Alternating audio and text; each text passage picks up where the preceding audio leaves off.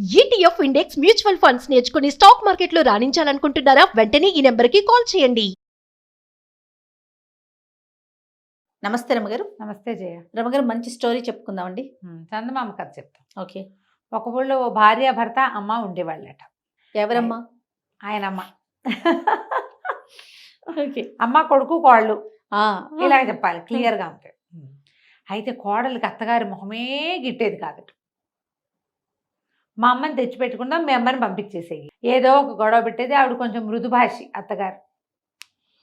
ఏదో ఆ కోడలు అరిచినప్పుడు ఏదో చిన్న చిన్నగా సనసనగా సమాధానం చెప్పి ఊరుకునేది. అట రోజులు గడుస్తూ ఉండేవి. అయితే ఒకరోజు చెప్పిందట, ఇవాళ సాయంత్రం మీ అమ్మని కనుక నువ్వు ఇంట్లో నుంచి పంపించేపోయేవో నూతులో పడి చస్తా అని బెదిరించింది. పెళ్ళాన్ని నూతులో పడి చచ్చిపోతుందేమోనని ఇదేమన్నట్ట, అమ్మ ఏదో కబురు చెప్పారే పై ఊళ్ళో వాళ్ళు ఎవరోనూ చెల్లాయికి ఉంటూ బాగుండలేదుటే చెప్పేసరికి ఆవిడేమో కూతురు మీద ఆపేక్షతోటి అప్పుడే చీకటి పడుతుంటే బావురు, అయ్యో పాపం ఎట్టా ఉందో ఏమిటోరా, ఏం అవస్థ పడుతుందో, పిల్లల తల్లి అసలేను, మరి నన్ను తీసుకెళ్ళు చెల్ల ఇంట్లో దిగబెట్టి వచ్చేద్దు కానీ పదరా నాయన అంటే సాయంకాలం అన్నాలు తిని తల్లి కొడుకు బయలుదేరారు. బాగా కొంచెం చీకటి పడేసరికి వీళ్ళు అడవిలోకి వెళ్ళిపోయారు. ఆ కాలంలో ఎలా ఉండేదంటే గ్రామాల మధ్యలో చిట్టడవులు కారడవులు ఉండేవి, చిన్న పొన్న అడవులు ఉండేవి. ఇక కొడుకు అన్నట్టు, అబ్బా కాళ్ళు గుంజుతున్నాయమ్మా, నువ్వు కాలు సాగిస్తుంటూ ఒక 5 నిమిషాలు కూర్చుని వస్తానన్నాడు. ఈవిడ ముందుకు నడిచింది, చూస్తే కొడుకు రాల. మళ్ళీ వెనక్కి నడిచి వచ్చింది, అక్కడ లేడు. ఏ చెట్టు దగ్గర నుంచుని కూర్చుంటానని చెప్పాడు, లేడు. ఆవిడకి ఏం చేయాలో అర్థం కాల. చీకటి, మనిషి తోడు లేకుండా లాంతర్ లేకుండా ఎట్టా వెళ్తుంది. పికమొహం వేసుకుని కూర్చుంది. ఆ లాంతర్ పక్కన పెట్టుకుని ఒక చిన్న లాంత, ఒక దీపం ఉంది, కొడుకు చేతిలో ఒక లాంతర్ ఉంది. ఆ లాంతర్ పుచ్చుకుని ఆయన వెళ్ళిపోయాడు వెనక్కి.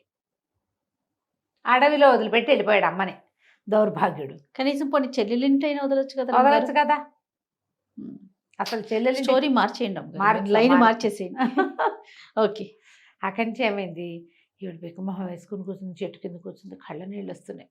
ఏం చేయాలి, దుఃఖంగా ఉంది. ఇంతలో ఒక కాలంలో ఒక మనిషి వచ్చాడు అక్కడికి. వచ్చి చిన్న పిల్లాడు, సుమారైన వయసు వాడు. అమ్మ మనిషి అందామా అమ్మాయి అందామా, సరే ఒక అమ్మాయి అనుకుందాం, అబ్బాయి అనొద్దు. అమ్మ నేను వేసవకాలాన్ని నేను మంచిదన్నా కాదా అని అడిగేసరికాలు, అయ్యో నువ్వు మంచిదానివి కాకపోవటం ఏమిటమ్మా, వేసవకాలం అయితే చక్కగా మామిడి పళ్ళు వస్తాయి, పనస పళ్ళు వస్తాయి, విసురుకర్ర పెట్టి విసురుకోవచ్చు, హాయిగా సాయంకాలాలు ఎంత బాగుంటాయో, పగళ్ళు పెద్దవి, ఎన్ని పనులైనా చేసుకోవచ్చు, వడియాలు ఎట్టుకోవచ్చు, ఆవకాయలు ఎట్టుకోవచ్చు, వేసవకాలం ఎంతో మంచిదమ్మా. మృదుభాష కదా. వేసవకాలం సంతోషించి వెళ్ళిపోయింది. అక్కడి నుంచి కాసేపటికి ఓ వర్షాకాలం అంటూ ఇంకో పెళ్ళి వచ్చింది. అమ్మ నేను వర్షాకాలాన్ని నేను మంచిదాన్నా కాదో చెప్పు నువ్వు అనేసరికల్, అయ్యో కాకేమమ్మా నువ్వు ఎంత మంచిదానివి, నువ్వు వస్తేనే కదా మాకు నీళ్ళు వచ్చేది, నీళ్ళే కదా మా బతుకు ఆధారం కదా. చక్కగా చెట్లన్నీ చిగురిస్తాయి, బోల్డ్ రకాల పళ్ళు కాస్తాయి, ఎన్ని పళ్ళు వస్తాయో, బోల్డ్ రకాల పళ్ళు పువ్వులు వర్షాకాలం. తర్వాత నువ్వు ఉంటేనే పంటలు పండుతాయి, నువ్వు ఉంటేనే ప్రతి గింజాను బంగారు తల్లివమ్మ, నువ్వెంతో మంచిదానివని. వర్షాకాలం వెళ్ళిపోయింది. కాసేపటికి ఇంకో పెళ్ళి వచ్చింది, శీతాకాలం. నేను నేను శీతాకాలాన్ని నేను మంచిదానినా అని అడిగింది. అయ్యో నువ్వు మంచిదానివి కాకపోవటం ఏమిటమ్మా, నువ్వెంతో మంచిదానివి, చక్కగా హాయిగా రాత్రిళ్ళు పెద్దవి, పొద్దున్న సూర్యుడిని చూస్తే సంతోషంగా ఉంటుంది, చక్కగా చెట్లన్నీ చిగురిస్తాయి, మంచి మంచి పండగలు వస్తాయి, ఎంత మంచిదానివో, సీతాఫలాలు జామకాయలు పుట్టెడు వస్తాయి, ఎంత మంచి పళ్ళు వస్తాయో, నువ్వు ఎంత మంచిదానివో అని ఆనంగానే మూడో కాలం నవ్వుకుంటూ పోయింది. కాసేపటికి 3 కాలాలు వచ్చి ఎదురుగుండా నుంచున్నాయి. నువ్వెంత మంచిదానివి, ఏ కాలానికి ఆ కాలం మంచిదానని చెప్పావు కదా, సరే నువ్వు నవ్వితే నవరత్నాలు రాలుతాయి, మాట్లాడితే మాణిక్యాలు రాలుతాయి, ఇంటికి వెళ్ళిపో అని చెప్పేసి ముగ్గురు ఏం చేశారట, ఈవినట చేతులు పుచ్చుకు తీసుకెళ్ళి వాకిటి గుమ్మం దగ్గర వదిలిపెట్టారు. ఈవిడేం చేస్తుంది, వాకిట్లో పడుకుంది. కొడుకు మరి అర్ధరాత్రి తలుపులు తీస్తారో తీరు, ఇట్లా అంతర్ పక్కన పెట్టుకుని పడుకుంది. తెల్లవారు లేచేసరికల్లా ఆ కోడలు వాకిట్లో కసు చుమ్ముకోవడానికి వచ్చి ఆవిడ నిర్కాంతపోయింది అత్తగారిని చూసి. ఏమిటత్తయ్యా ఎటా వచ్చారు, చీకట్లో ఉంది. ఏదో నడిచొచ్చానమ్మా అని చెప్పింది ఈవిడ సన్నగా. చెప్పగా నోట్లోంచి టకటగా రాళ్ళు రాలిపోయినాయి, దగదగా మెరుస్తున్నాయి. ఆవిడ తెల్లబోయింది.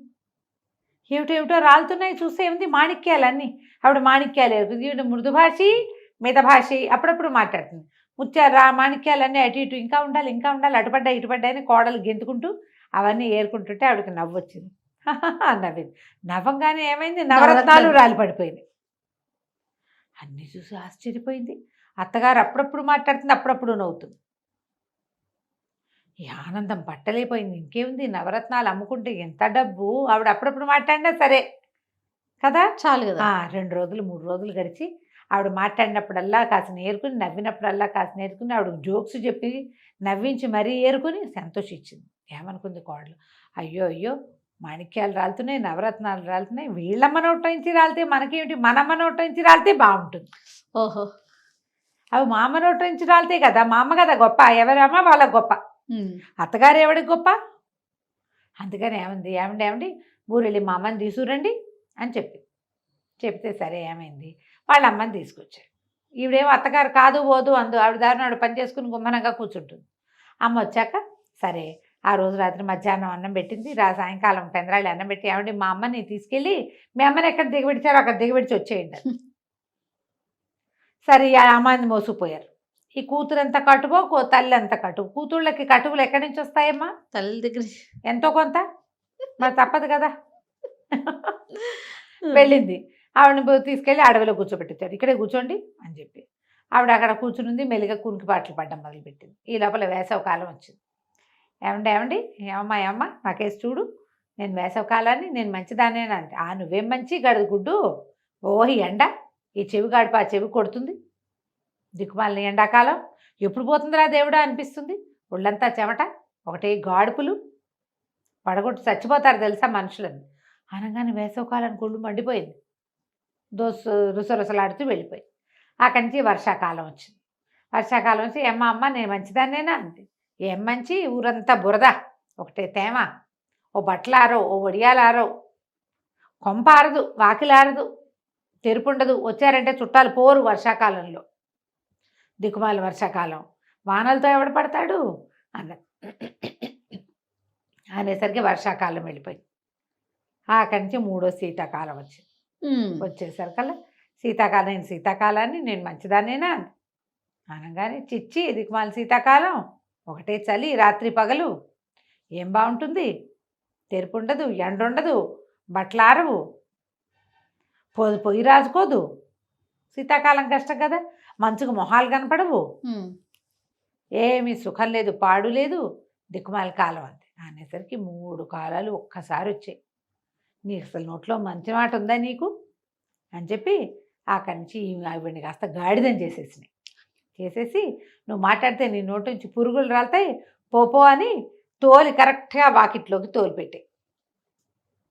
తెల్లవారేసరికల్లా మా అమ్మలాగానే అత్తగారిలాగానే మాణిక్యాలు ముత్యాలు రాలుస్తుంది వాళ్ళ అమ్మ అనుకుని సిద్ధంగా ఉంది కూతురు. తెల్లారంగానే ఎప్పుడు బయటకు వచ్చేద్దామా అని.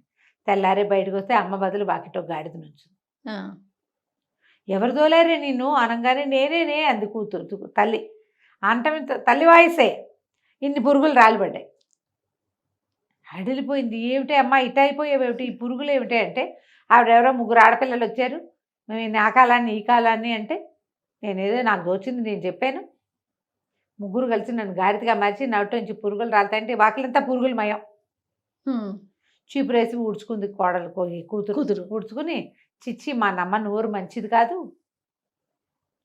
నాకు కూడా అదే పోలికొచ్చింది, అత్తగారితో సంతృప్తి పడితే ఒట్టి అమ్మైనా మిగిలేది, ఇప్పుడు గాడిదమ్మని ఏం చేసుకోను అని లబలబలాడుతూ బోల్డంతా దుఃఖించింది.